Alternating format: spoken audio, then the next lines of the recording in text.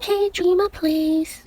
Hi guys, welcome back to my channel. So much has changed since the November reboot, and I think it's a good time to relook at the more crucial and useful special heroes which you will need in your 7 Nights journey.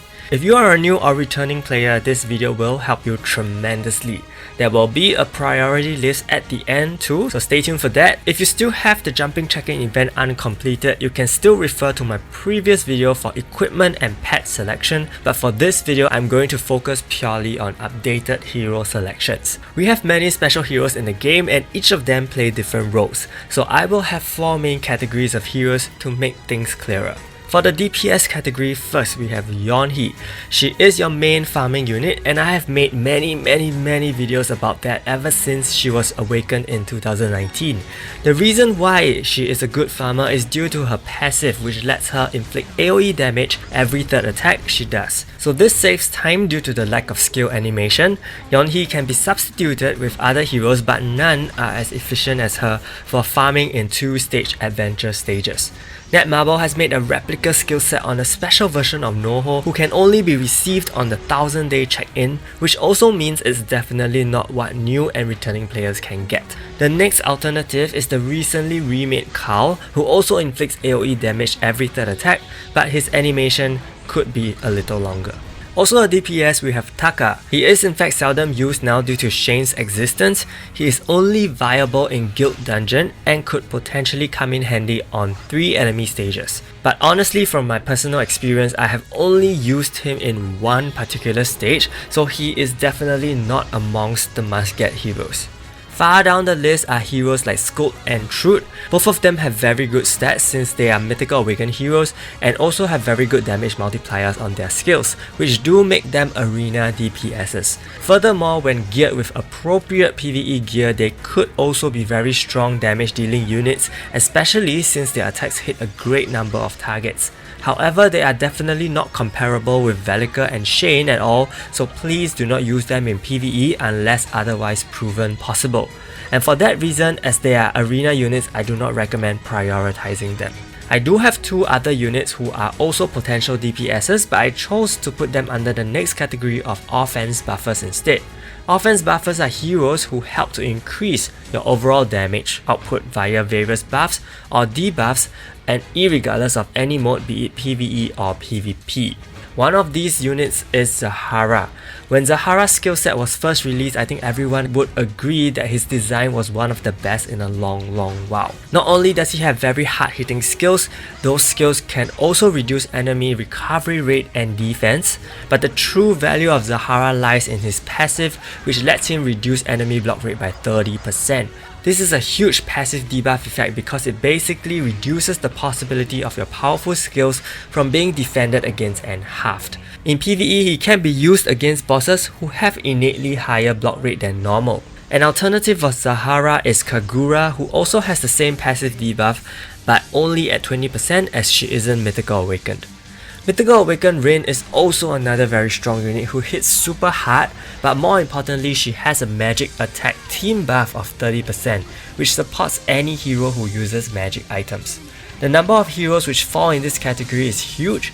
As much as I would like to recommend her to be used in PvE, Sylvia completely outclasses her by offering a 50% increase in magic attack to all allies instead, so I would not recommend using Rin for PvE purposes unless you lack Sylvia temporarily. With our magic attack buffer mentioned, we will turn to Eileen, who is our one and only physical attack buffer. Eileen provides a 30% increase in physical attack for PvP, but in PvE she provides 50%. This affects all heroes who use physical weapons. Not only that, she also provides a 20% increase in crit rate for all allies with her exclusive item, making her incredibly useful as a PvE support unit anywhere. While Ace, Amelia, Lina and Soy are all possible substitutes for crit rate buff, there is no alternate hero who can give physical attack buff, so Eileen is one of those heroes who you must get right from the beginning. Next we have Rachel, one of the most famous offense buffers and support heroes in PvE. Rachel's key strength is being able to reduce the enemy's defense by 70% and also increase the damage inflicted on them by 70% for 12 turns with just one skill. With these 2 multipliers crippled, you can be sure to see a huge difference in your damage output. Not only that, Rachel's Awaken passive also increases your team's lethal rate and lethal damage by 20% each. However, while we know her debuff capabilities are heavily important in PvE, other normal heroes like Chloe, Sylvia and Espada actually inflict better debuffs than Rachel in specific modes. So Rachel's usage is restricted to only Guild Raid and Castle Rush, and sometimes Guild Dungeon for Velica teams. However, if you do not have those alternate heroes in your inventory, then Rachel is a must-have on your team. Another lethal raid buffer is Atalanta. You do need to unlock her exclusive item stage 1 for this. Unlike Rachel, Atalanta's buff is present in her actual passives, so all she needs to do is to stay on the field.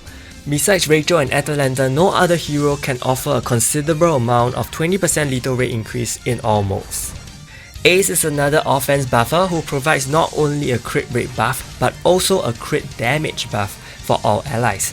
Unfortunately, his role as a crit rate buffer is overshadowed by Eileen in PvE for Shane teams, so he could still be used in Velica PvE teams.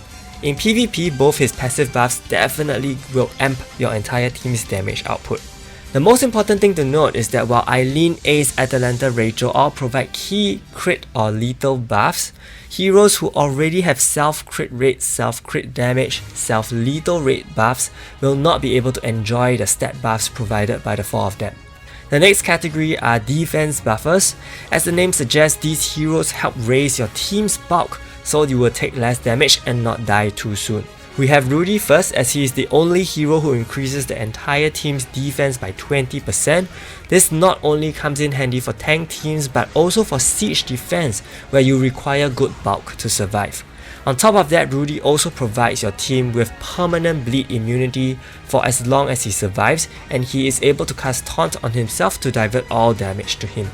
Speaking of taunt, we have Ares, who immediately diverts all attacks to herself when she enters the field due to her passive. She can also reduce your entire team's cooldown by 10 seconds when she does a basic attack, making her an extremely useful support hero. Not only does she have very good bulk for a taunt unit, she also raises your team's block rate by 30% for a short 4 turns. Also in Castle Rush, she is able to reduce the damage your entire team receives by 40%, sealing her role as a defense buffer. Beyond Castle Rush, Ares is also used by some players in Heavenly Stairs to draw attacks in while protecting the rest of the team from being inflicted with huge single target damage. The last defense buffer I can think of is Kirill, who reduces the counter rate of all enemies by 30% via her passive. This could protect you from being countered randomly by your enemies, however her bulk isn't fantastic, so for PvP she could be way too weak.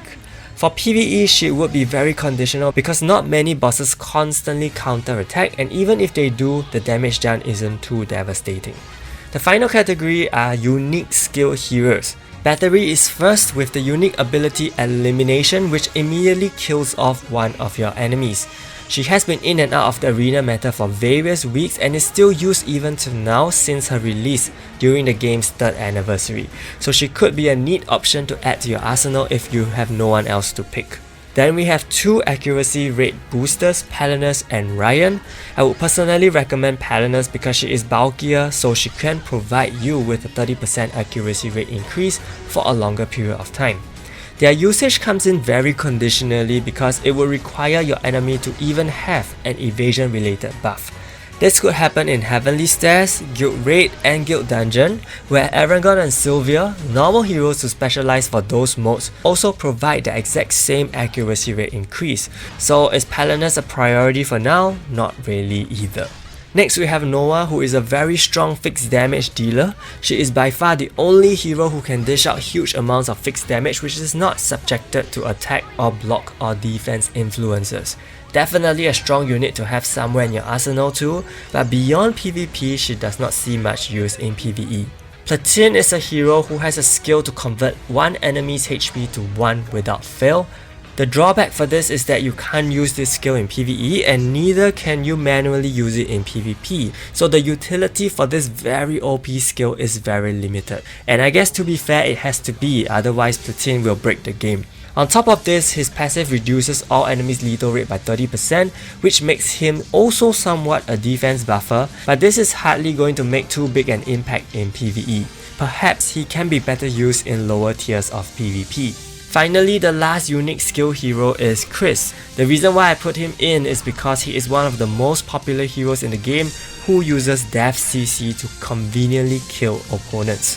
Furthermore, being a mid hero, he has great stats, and if the meta no longer guards against death statuses, Chris can always shine again in arena. However, he is strictly a PvP hero and has no place in PvE. So if you need an actual order of priority, this list would be it. Do take note that some heroes may not be available in selectors yet. And that concludes this very long video covering all the most useful special heroes. Be sure to check out the video on most important normal heroes too. And if you found this video helpful, do give it a like and subscribe to the channel. Stay tuned for more guys. Thank you so much and see you.